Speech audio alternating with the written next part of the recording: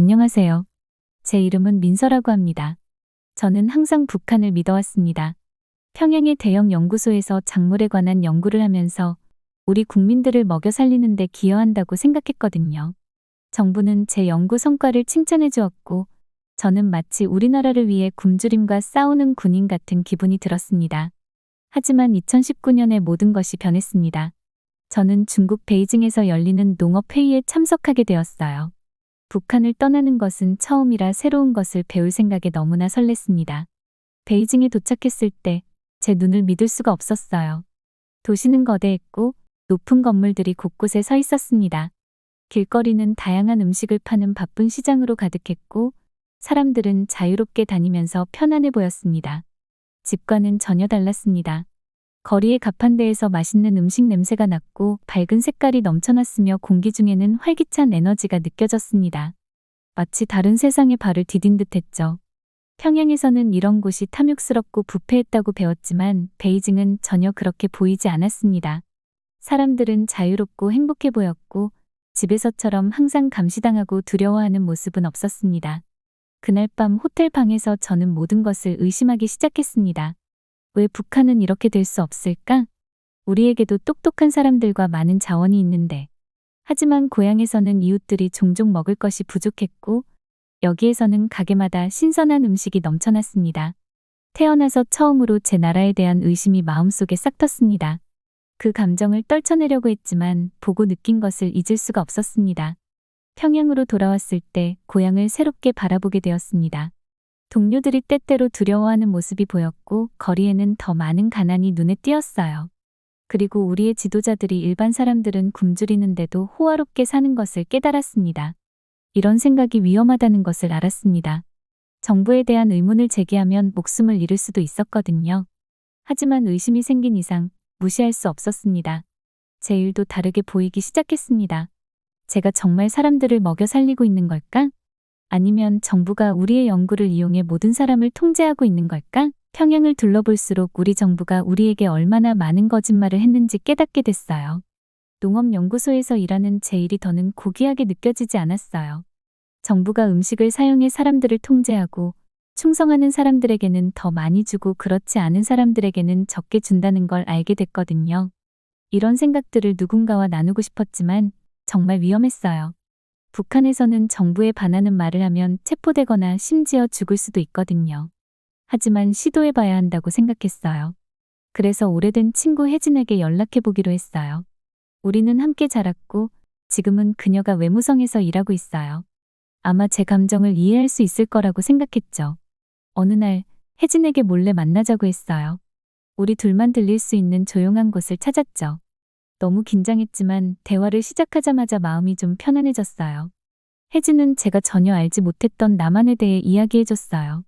남한 사람들은 자신들의 지도자를 선출하고 두려움 없이 자신의 생각을 말할 수 있다고 하더군요. 마치 꿈 같았어요. 혜진은 또 탈북자들에 대해서도 이야기해줬어요. 그들은 남한에서 새로운 삶을 시작하기 위해 모든 위험을 감수하고 탈출했죠. 그들의 용기가 믿기지 않았어요. 혜진과의 대화 후 더 알고 싶어졌어요. 그래서 몰래 외국 라디오 방송을 듣기 시작했죠. 굉장히 무서웠어요. 발각되면 큰일 나거든요. 하지만 진실을 알아야 했어요. 라디오에서 들은 내용은 저를 속이려 했어요. 우리 정부는 우리를 전혀 신경 쓰지 않았고 오직 권력을 유지하는 데만 관심이 있었어요. 그때 저는 북한을 떠나야겠다고 결심했어요. 탈출한다는 생각이 무서웠지만 더 이상 여기에 살 수 없었어요. 모든 것이 거짓말처럼 느껴졌거든요. 혜진에게 이 이야기를 했고 그녀도 같은 생각을 했어요. 그래서 우리는 함께 탈출을 계획하기로 했어요. 탈출은 쉽지 않을 거란 걸 알고 있었어요. 만약 잡히면 죽을 거예요. 우리 가족들도 처벌받겠죠. 하지만 시도해봐야 했어요. 우리는 탈출에 대한 정보를 모으기 시작했어요. 몰래 돈과 물자를 모았고요. 매일 지도를 보면서 국경을 넘을 최선의 방법을 고민했어요.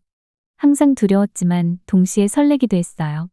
스스로 생각하고 말하고 선택할 수 있는 곳에서 사는 것을 꿈꿨어요. 항상 두려움 없이 살고 싶었어요. 계획을 세우면서 가족들 생각이 많이 났어요.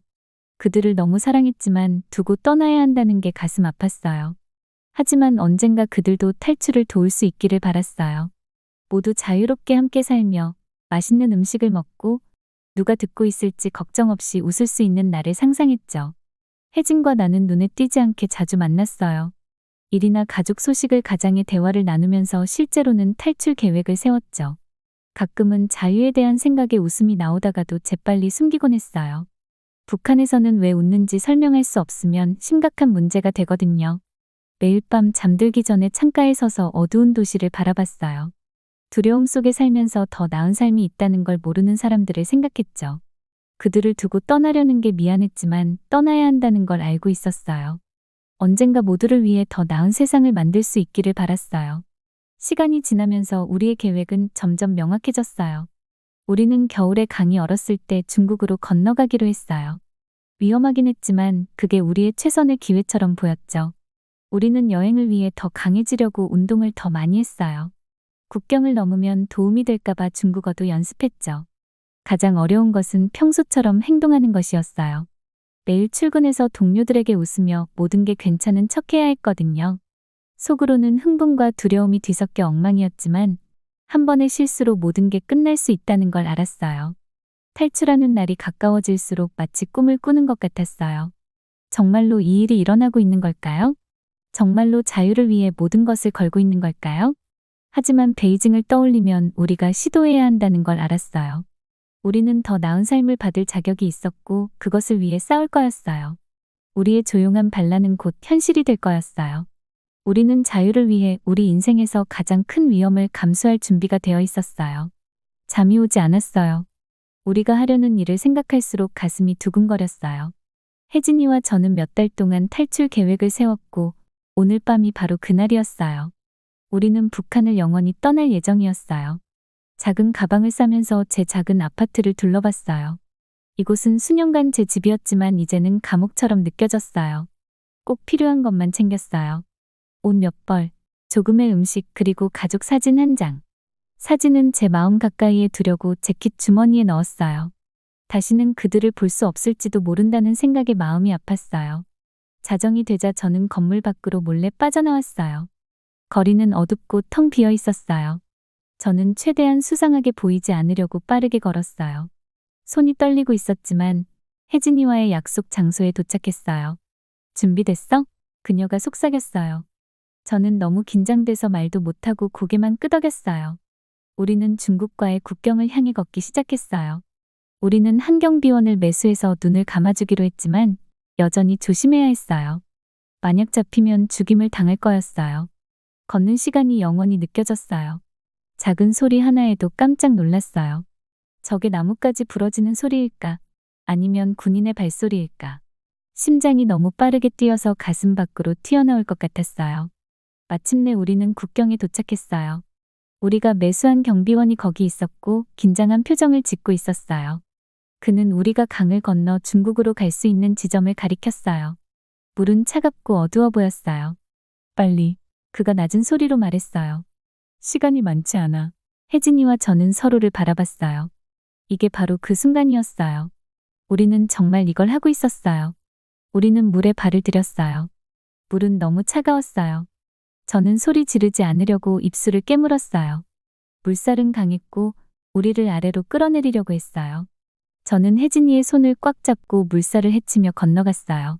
강의 중간쯤에서 우리는 뒤에서 고함 소리를 들었어요. 피가 얼어붙는 것 같았어요. 우리가 들켰어요. 뛰어! 혜진이가 소리쳤어요. 우리는 최대한 빠르게 물을 헤치며 나아갔어요. 총알이 우리 주변을 스쳐 지나갔어요. 저는 무서웠지만 멈출 수 없었어요. 이제 포기할 수 없었어요. 마침내 우리는 반대편에 도착했어요. 우리는 강둑을 기어 올라가면서 물에 젖은 채로 숨을 헐떡였어요. 하지만 아직 안전하지 않았어요. 계속 움직여야 했어요. 우리는 어두운 중국 시골을 헤매며 어디로 가는지 알 수 없었어요. 제가 아는 건 우리가 국경에서 최대한 멀리 떨어져야 한다는 것뿐이었어요. 폐는 타들어가고 다리는 아팠지만 두려움이 저를 계속 움직이게 했어요. 하늘이 밝아오기 시작할 때 우리는 드디어 잠시 쉬기 위해 멈췄어요. 우리는 중국에 도착했어요. 믿을 수가 없었어요. 우리는 자유로워졌어요. 하지만 우리의 여정은 끝나지 않았어요. 우리는 여전히 한국에 도착해야 했어요. 그것은 몇 주간의 숨어 지내기, 더 많은 사람들을 매수하고 더 많은 국경을 넘는 것을 의미했어요. 그것은 위험하고 어려운 일이 될 거예요. 우리가 숨을 고르며 앉아 있을 때 우리는 모든 것을 떠나온 것에 대해 생각했어요. 가족들, 집, 우리의 모든 삶. 저는 슬픔과 두려움이 엄습했어요. 만약 우리가 실패한다면, 이 모든 것이 헛된 일이었다면 어떡하죠? 하지만 우리는 왜 이 일을 하고 있는지 기억해냈어요. 우리는 더 나은 삶을 원했고 자유를 원했어요. 저는 혜진이를 바라봤고 그녀의 눈에서 같은 결의를 봤어요. 우리는 여기까지 왔는데 이제 포기할 수 없었어요. 준비됐어? 제가 물었어요. 그녀는 고개를 끄덕였어요. 가자. 그리고 우리는 또다시 불확실한 미래를 향해 나아갔어요. 우리는 앞으로 어떤 도전이 기다리고 있을지 알지 못했지만 함께 맞섰어요. 우리는 더 이상 북한의 충성스러운 시민이 아니었어요. 우리는 탈북자였고 난민이었으며 새로운 삶을 찾는 사람들이었어요. 그것은 무서웠지만 동시에 짜릿했어요. 우리의 인생에서 처음으로 우리는 진정으로 자유로워졌어요. 제가 이렇게 서울 한가운데 서서 분주한 인파와 밝은 도시의 불빛을 보고 있을 거라고는 상상도 못했어요.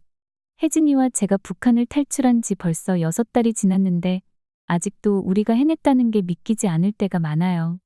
우리의 여정은 정말 무서웠어요. 중국으로 넘어가기 위해 밀수업자들에게 돈을 지불했고 동남아시아를 거쳐 마침내 한국에 도착했어요. 정말 아슬아슬한 순간들이 많았어요. 우리가 잡혀서 다시 돌려보내질 거라고 확신했던 적도 있었죠. 하지만 어찌됐든 우리는 해냈어요. 이제 서울 거리를 걸으면서 제가 몰랐던 것들에 끊임없이 놀라곤 해요. 처음 스마트폰을 봤을 때 그 작은 기계가 할 수 있는 일이 그렇게 많다는 걸 믿을 수가 없었어요. 그리고 음식. 정말 맛있는 것들이 많아요. 비빔밥과 한국식 바비큐를 좋아하지만 다른 나라 음식도 즐겨 먹어요. 피자는 금방 제 좋아하는 음식 중 하나가 되었어요. 물론 여기 생활에 적응하는 게 쉬운 건 아니에요. 모든 게 제가 익숙한 것과는 너무 달라요. 대중교통을 이용하거나 식당에서 주문하는 것처럼 간단한 일도 가끔은 버거울 때가 있어요. 그리고 여기 생활은 너무 빨라요. 사람들은 항상 바쁘게 움직이는 것 같아요. 가장 힘든 건 가족이 그리운 거예요. 매일 그들이 괜찮은지, 제가 탈북한 것 때문에 벌을 받지는 않았는지 궁금해요. 죄책감이 끊임없이 저를 짓누르고 있어요. 하지만 저는 여기서 그들을 위해 북한에서보다 더 많은 것을 할 수 있다고 스스로를 다독여요. 지금은 한국 생활에 대해 더 배우고 제 능력을 향상시키기 위해 수업을 듣고 있어요. 제 나이에 다시 학생이 된다는 게 이상하지만 배우고 싶은 열망이 커요. 제 반 친구들은 대부분 어린 탈북민들이에요. 우리는 비슷한 경험과 어려움을 겪으면서 가까워졌어요. 제가 새 삶에서 가장 좋아하는 것 중 하나는 배울 자유예요. 저는 도서관에서 금지된 주제의 책들을 읽으며 많은 시간을 보내요. 세계사, 정치, 과학에 매료됐어요. 마치 새로운 지식의 세계가 제 눈앞에 펼쳐진 것 같아요. 저는 남한 친구들도 사귀었어요. 처음에는 그들과 이야기하는 게 긴장됐어요. 그들이 저를 무시하거나 이해하지 못할까봐 걱정했거든요. 하지만 대부분의 사람들은 제 경험에 대해 친절하고 궁금해했어요. 제 새로운 친구 지수는 특히 도움이 많이 됐어요. 제가 이해하지 못하는 것들을 참을성 있게 설명해주고 새로운 경험을 소개해줬어요. 지난주에 지수가 저를 처음으로 영화관에 데려갔어요. 저는 큰 화면과 몰입감 있는 소리에 놀랐어요. 우리는 액션 영화를 봤는데 저는 이야기 속에 완전히 빠져들었어요. 그 2시간 동안 모든 걱정을 잊고 그저 경험을 즐겼어요. 때때로 밤에 서울거리를 걷다 보면 모든 것이 얼마나 밝은지 놀라워요. 북한에서는 종종 정전이 있었고 거리는 어두웠어요. 여기서는 도시가 24시간 내내 빛으로 살아있어요. 아름답지만 때로는 압도적이기도 해요. 저는 천천히 제 선택을 하는 것에 익숙해지고 있어요. 북한에서는 우리 삶의 모든 부분이 통제됐어요. 이제는 제가 무엇을 입을지, 무엇을 먹을지, 무엇을 공부할지 제가 결정할 수 있어요. 해방감이 들지만 동시에 두렵기도 해요. 제가 잘못된 선택을 하면 어떡하죠? 어제 저는 제가 얼마나 멀리 왔는지 깨닫게 해주는 순간을 가졌어요. 카페에서 라떼를 마시고 있었는데 옆 테이블의 2 여성이 자신의 직장에 대해 불평하는 소리가 들렸어요. 그들은 눈치를 보거나 목소리를 낮추지 않고 자유롭게 이야기하고 있었어요. 저도 똑같이 하고 있다는 걸 깨달았어요. 두려움 없이 자유롭게 말하는 거요. 그 작은 일상적인 순간이 저에게 크게 와 닿았어요. 이게 바로 자유가 어떤 느낌인지예요. 자신의 생각을 말하고 직장에 대해 불평하고 더 나은 미래를 꿈꾸는 것. 이런 것들은 제가 전에 한 번도 가져보지 못한 것들이에요. 제가 새로운 삶에 적응해 가면서 제가 남겨둔 사람들을 자주 생각해요. 언젠가 그들 또한 이 자유를 경험할 기회를 가졌으면 좋겠어요. 그때까지는 제가 받은 기회를 최대한 활용하기 위해 열심히 노력할 거예요. 저는 저 자신에게 그리고 여기에 있을 수 없는 사람들에게 빚을 졌어요. 서울에서의 삶이 완벽하지는 않아요. 여전히 도전과 어려운 날들이 있어요. 하지만 제가 어디에서 왔는지, 얼마나 멀리 왔는지를 돌아볼 때 저는 감사함으로 가득 차요. 제가 도착한 지 한 달쯤 되었을 때 어느 날 아파트 근처 공원을 걷고 있었어요. 아름다운 봄날이었어요. 벚꽃이 만개해 있었고 사람들은 햇살을 즐기고 있었죠. 갑자기 깨달았어요. 저는 자유로워졌어요. 정말 진정으로 자유로워졌어요. 제가 원하는 곳으로 갈 수 있고 생각하는 것을 말할 수 있으며 제가 원하는 대로 살 수 있는 거예요. 북한을 떠난 이후 처음으로 진심 어린 미소가 나왔어요. 벤치에 앉아 가족들이 노는 모습, 손을 잡고 있는 연인들, 오랜 친구들이 이야기를 나누는 모습을 지켜봤어요. 이것이 제가 꿈꾸던 삶이었어요. 쉽지는 않겠지만 배울 것도 많고 앞으로 많은 도전이 있을 거예요. 하지만 저는 그것들을 마주할 준비가 되었어요. 그곳에 앉아 스스로에게 다짐했어요. 이 기회를 최대한 활용할 거예요. 열심히 일하고 배울 수 있는 모든 것을 배우고 여기서 좋은 삶을 만들어갈 거예요. 그리고 언젠가 안전해지면 제가 떠나온 사람들을 돕는 방법을 찾을 거예요. 저의 새로운 삶은 이제 막 시작되었고 저는 다가올 모든 것에 준비가 되어 있었어요.